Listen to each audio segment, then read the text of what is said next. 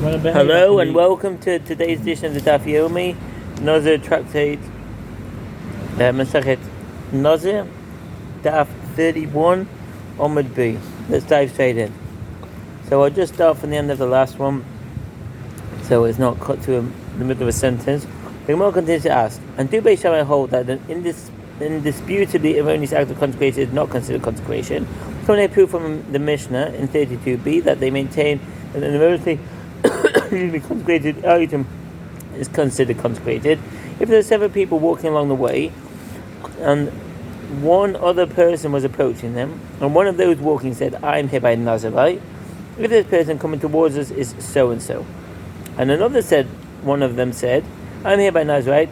If this is not so and so," and while a third member of the group said, "I'm here by Nazirite. If one of you two is a Nazirite," and the fourth said, "I'm here by Nazirite if neither of you is a Nazirite."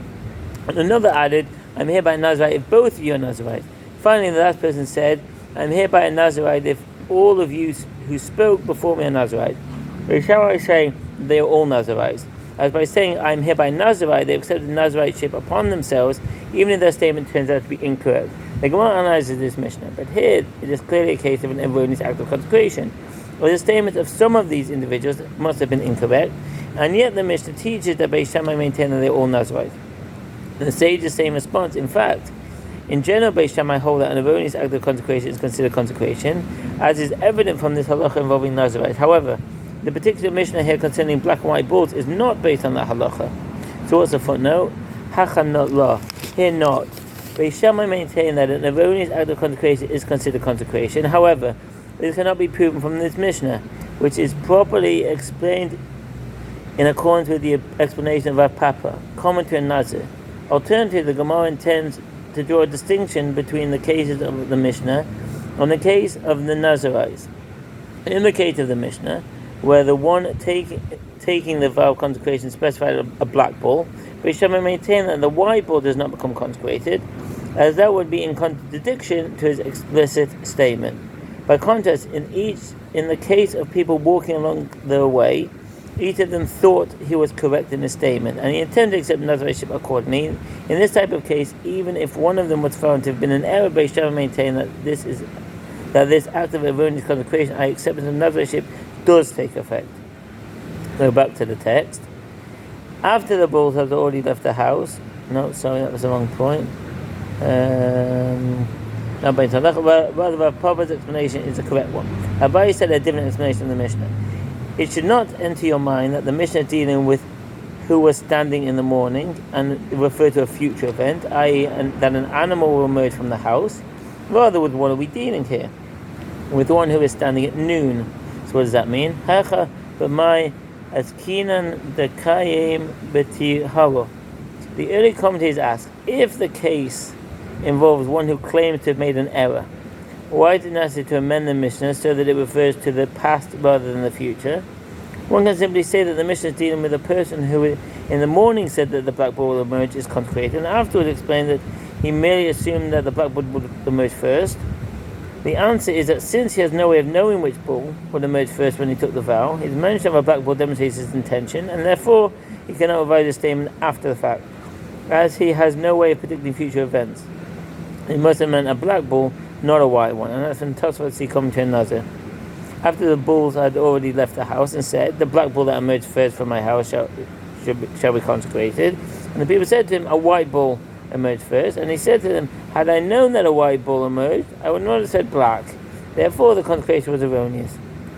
The Gemara asks, and how can you say the Mishnah deals with one who is standing at noon and is speaking of a past event? But in a subsequent example, the Mishnah teaches a gold dinar that will come up in my hand first shall be consecrated, which is clearly referring to a future event. The Gemara answers, you should amend the text and amend the Mishnah and teach a gold dinar that came up in the past tense. The Gemara continues to ask, didn't the Mishnah state a barrel of wine that will come up in my hand first shall be consecrated, which is also referring to the future tense? The Gemara simply answers that one should teach in the Mishnah a barrel that already came up. The Gemara quotes a statement related to the case in the Mishnah with regard to black and white bulls. Rav Hissa said, a black bull among the white ones is deficient, as white bulls are superior in quality, and a white patch on a black bull is a deficiency. So what does that mean? Chivara be'umkama lakia. If there is a breed of bull whose skin color is entirely black, a white spot in skin is not the product of mixed breeding, but rather it is the result of a blemish. It is possible that a wound on that spot caused the roots of the hair to lose their natural pigment. Although the wound did not leave any other marks on the bull, nevertheless it can be assumed that there is a defect in the flesh beneath the white patch. Having stated these assessments, the Gemara returns to the discussed Mishnah. We learned in the Mishnah that if one said the black bull will emerge from my house first is consecrated and the white one emerged, it entered our mind to assume that when one consecrates, so what's the footnote there? When one consecrates an item to the temple by means of a vague formulation, his word is interpreted in a limited, restricted manner. Consequently, one who mentioned a bull presumably has his most inferior bull quality in mind. In this case, the bull that emerged was of a superior white variety, and therefore it is assumed that this was not his initial intention. And that's in the commentary on Nazir. Even Beis Shammai agree that this kind of erroneous act of consecration is invalid, and he certainly did not intend to consecrate the animal in this manner. And that's from the Tosfot. Property to the temple treasury he consecrates sparingly, i.e. he does not give his property that is its superior in quality or value, unless he expressly says so. And yet Beis Shammai say that a white bull in this case is consecrated, which indicates that the white one is inferior in quality, which contradicts the statement of Rav Chisda. The Gemara examines this assumption. Rather, what then? Will you say that according to the opinion of Beis Shammai, one typically consecrates generously? What does that mean? If one consecrates a field full of trees to the temple treasury, the trees themselves are consecrated, even the individual did not say so explicitly, as it is presumed that one consecrates in a generous manner. And that's from the Rambam Sefer Flora Hilchot Torichim V'Rachamim 4:15, and donates his property that is superior. However, in continuation, the Mishnah states that if one said the gold dinar that will come up in my hand and a silver one came up, Beis Shammai says is consecrated. If Beis Shammai hold that one would have in mind to consecrate only of superior property, why would the inferior silver coin be consecrated? The Gemara counters, rather what then? Does a person consecrate sparingly? Yet the subsequent example of the Mishnah states that if one said a barrel of wine that will come up in my hand first, and one of oil came up, Beis Shammai says it is consecrated, but oil is preferable to wine. So why is the oil consecrated? The Gemara answers, if the problem is due to that, this is not difficult. As the Mishnah was taught in Galilee, where wine is preferable to oil, olive trees are plentiful in the Galilee, and therefore oil is cheaper than wine. Therefore, the entire Mishnah can be explained according to the opinion that people consecrate sparingly. The Gemara comments, in any case, the first clause of the Mishnah poses a difficulty to the opinion of Rav Chisda, as it indicates that a white bull is less valuable than a black one. The Gemara answers that Rav Chisda could have said to you, when I said that the white one is superior, I was referring only to a Hamarian bull. What's that? Kamani. And this term apparently refers to a Persian province that was once known as Kamania, and is now referred to as the Kerman province. Its capital is the city of Kerman. This province is found in West Iran, just south of Kurdistan.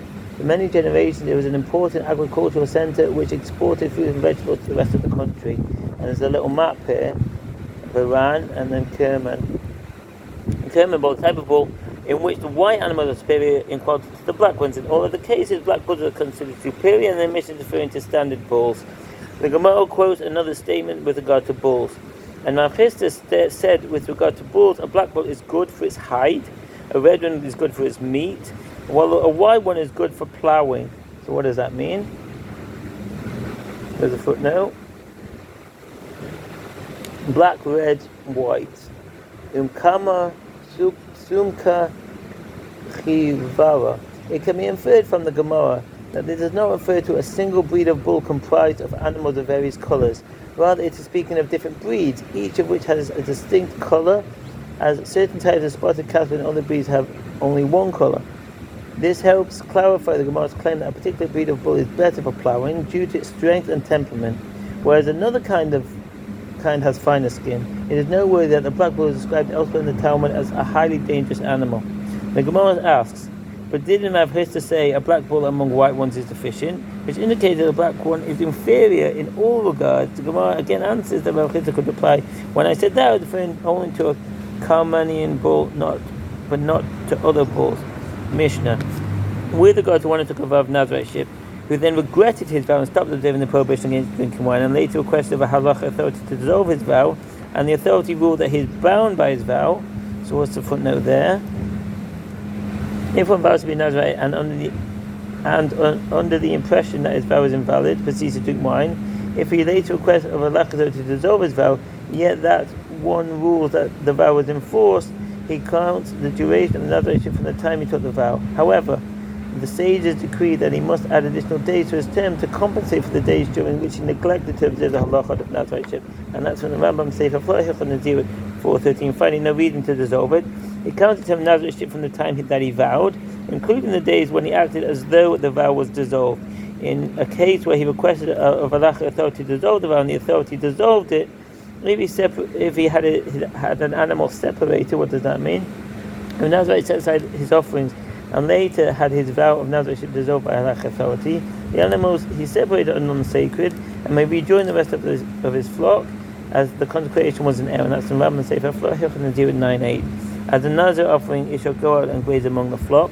On the basis of this halacha and continuing their discussion in the previous Mishnah, Beis Hillel said to Beis Shammai, don't you concede that with regard to this case that it is an erroneous act of consecration, and yet the halacha is that you shall go out and graze among the flock? This shows that you too accept the principle that an erroneous act of consecration does not take effect.